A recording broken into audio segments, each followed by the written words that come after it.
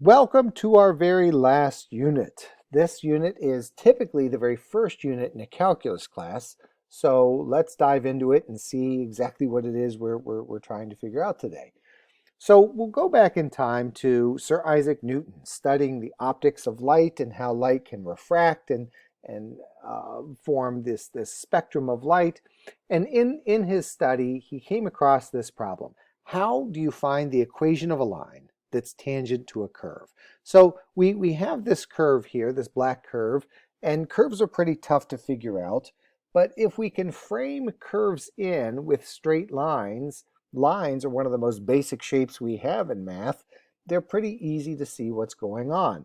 And one of those things that's very important for us is the instantaneous rate of change of a point as it moves along this curve. And of course, whenever I say rate of change, the word that probably comes to your mind is slope, because slope represents a rate of change. And as we move along curves, particles, their rate of change changes. And it can be very tough to kind of trap that particle down and see what the rate of change is. And this is one of the problems that Isaac Newton ran into. So let's see how we can break this problem down and see what's going on here. So here we have a fairly complex curve. This blue curve is actually identified up here as y equals x times the sine of x squared plus 1.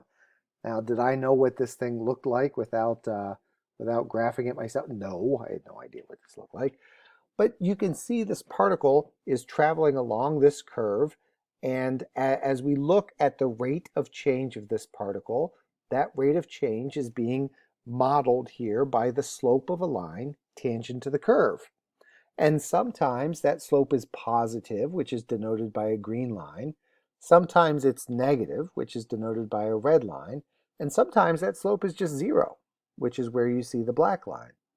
But the rate of change of that particle, that is identified by the slope of this tangent line to a curve. And that's the problem Isaac Newton was having. How do you find the slope of a line tangent to a curve? So if we go back to our days in Algebra 1, we know that to find the slope of any line, all you need are 2 points. And remember, the idea of a slope is the change in y over the change in x. And if you have 2 points, a point here, the point that we care about, x comma y, of course I'm using fancy y or f of x, and we have a second point, all we have to do to find the slope is find the change in the y's and divide it by the change in the x's. Well, that's pretty easy. The trouble is, this red line is not a tangent. A tangent, by definition, hits that curve once and only once, and this line hits it twice. So there is our conundrum. How do we find the slope of a line that's tangent to a curve, that hits that curve once, if we only have 1 point? Well, what Newton thought of is, what if we take this second point, which its location is fairly trivial, and we start bringing it along the curve closer to the original point? Watch what happens. So I moved that point from here down here. We still have 2 points. And of course, 2 points, you can always find the slope using Algebra 1 techniques. Now, is this red line a tangent line? Certainly not. But is it closer to a tangent line than the original line? Yes. What made it closer? We shrunk down this distance, this delta x, between those 2 points.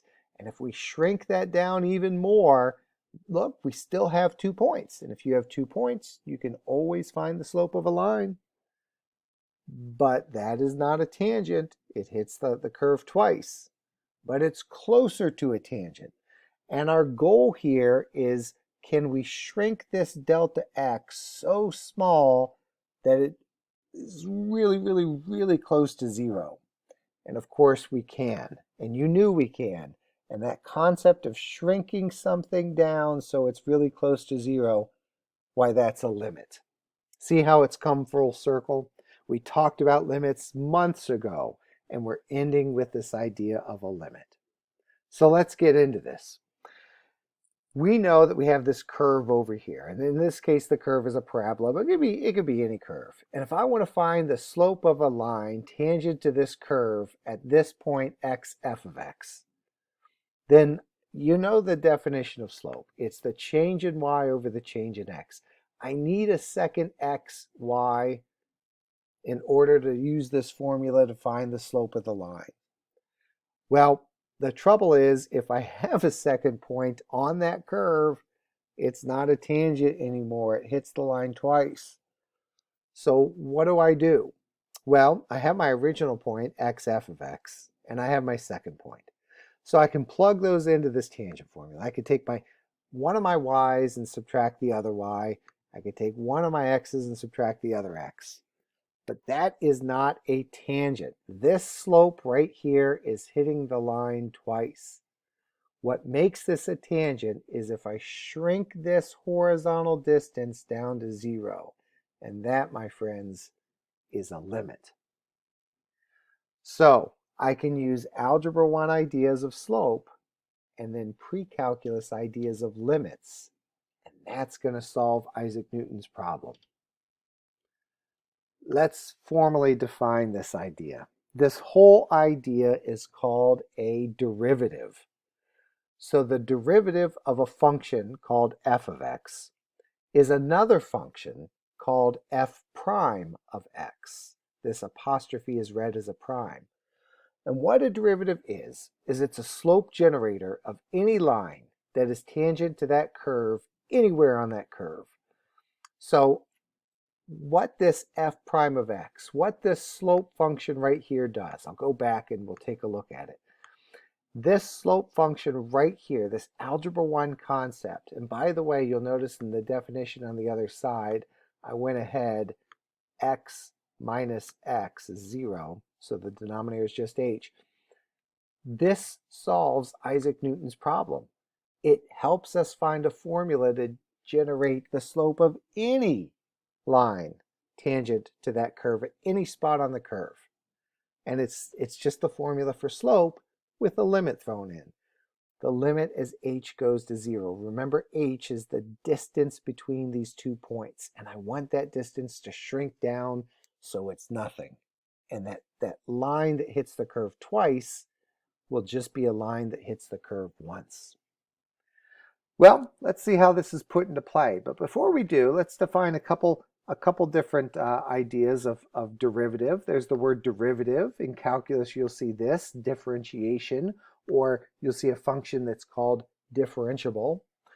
F prime of x is the notation we use, but you know f of x is just y, so sometimes you see y prime. And later on in calculus, you'll learn this derivative concept of the derivative of y with respect to the derivative of x. But those are all kind of the same idea. They're slope generators. That's the big phrase for the day, slope generators.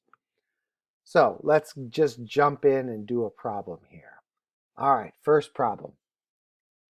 Let's find the derivative of the following function. So basically what I'm saying is let's find f prime of x, or y prime, or dy dx.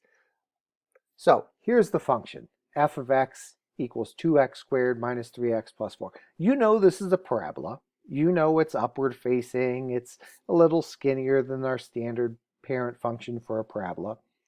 But how do we find the derivative of this function? How do I find f prime of x? Well, coming down here, we know the formula for the derivative of a function is the slope formula. We take one of our y's, which we call f of x plus h. We subtract the other y, f of x, and that's equal to x plus h minus x, which is just h. And we take the limit as h approaches 0 of the whole thing. So looking down here at this formula, I already know what f of x is. It's defined right here for me. It's 2x squared minus 3x plus 4. But I need to find f of x plus h. So before I get started with this derivative, I've got a little bit of math to do. I'm going to go ahead and put this x plus h into this function up here like this. F of x plus h, we know, takes 2 times whatever that thing is squared minus 3 times whatever that thing is plus 4. And I'm going to take a little bit of time and expand this out. So all the work I'm doing up here is going to allow me to plug into the derivative down here. So let's see, x plus h squared. Please don't be a bonehead. You know how to expand that correctly. I'll bet you some of you are erasing already. And then when I distribute this 2 through, this is what I get. That whole giant thing is f of x plus h. So to find the derivative, here's what I'm going to do. I'm going to take the limit as h approaches 0 of the following fraction. I have f of x plus h, which is that from above, minus f of x, which was defined for me in the original problem, all over h. Well, all right, we got to go all the way back to limits now.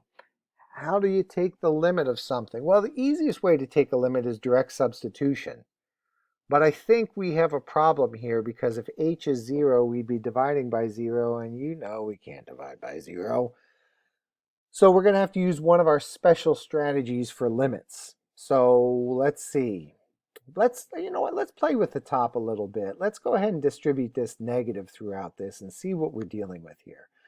So when I take this negative and I distribute it throughout, I get this. And let's see, that's a big mess there. Oh, wait a minute, I see something. Do you see that 2x squared cancels out with negative 2x squared? Nice. Negative 3x cancels with positive 3x. Yes. Ooh, 4 and negative 4. All right. So I can clean this up a little bit. Let's see what we've got now. Now we've got the limit of what? 4xh plus h squared minus 3h all over h. And you remember, one of our strategies was we can factor. And I think the easiest way to factor this numerator is to pull that h out. Take the h that's showing up in all three terms and pull it out. And when I do that, do you see that we have h divided by h? And that's Mr. 1. And so those h's go away. And now that we don't have that pesky h in the denominator that was causing a division by 0, we can go ahead and do direct substitution. When you put a 0 in for h, what happens here is this becomes 0. And what do we end up getting? We end up getting, well, I guess I should substitute now. We end up getting f prime of x is 4x minus 3. I should put this 0 right here. There we go. Now, what does this mean? What does this thing do? So in the original problem, it said find the derivative of the following function. And we did. We found the derivative of that function. F prime of x is 4x minus 3. What does that do for us? Well, remember what a derivative is. It is a slope generator. A derivative is a slope generator for the function. Remember, the original equation was this: f of x equals 2x squared minus 3x plus 4. What do I know about that? Well, I know that that function passes through the point 1, 3. How did I know that? Well, I just picked an x value of 1 and stuck it in here. 2 times 1 minus 3 times 1 plus 4 is 3. So what I could do, now that I have the slope generator, is I can find the slope of a line tangent to f of x at that point 1, 3. Look, there it is, 1, 3, right there. How? Well, this derivative right here, f prime of x is 4x minus 3. If I plug a 1 in for x, I find that the slope is 1. So what that tells me is the equation of a line tangent to this function at the point 1, 3 is, well, I know the slope is 1. I know it passes through the point x is 1, y is 3. And that equation of that line right there, look at it right here, boom. That's the equation of a line parallel to this graph at that specific point. What about another point? This graph goes to the point 0, 4. So I could plug in 0 for x in my slope generator, and it tells me that that slope is negative 3. And I could write this equation, and I could get this graph. See how the slope is different. Stay tuned for part 2.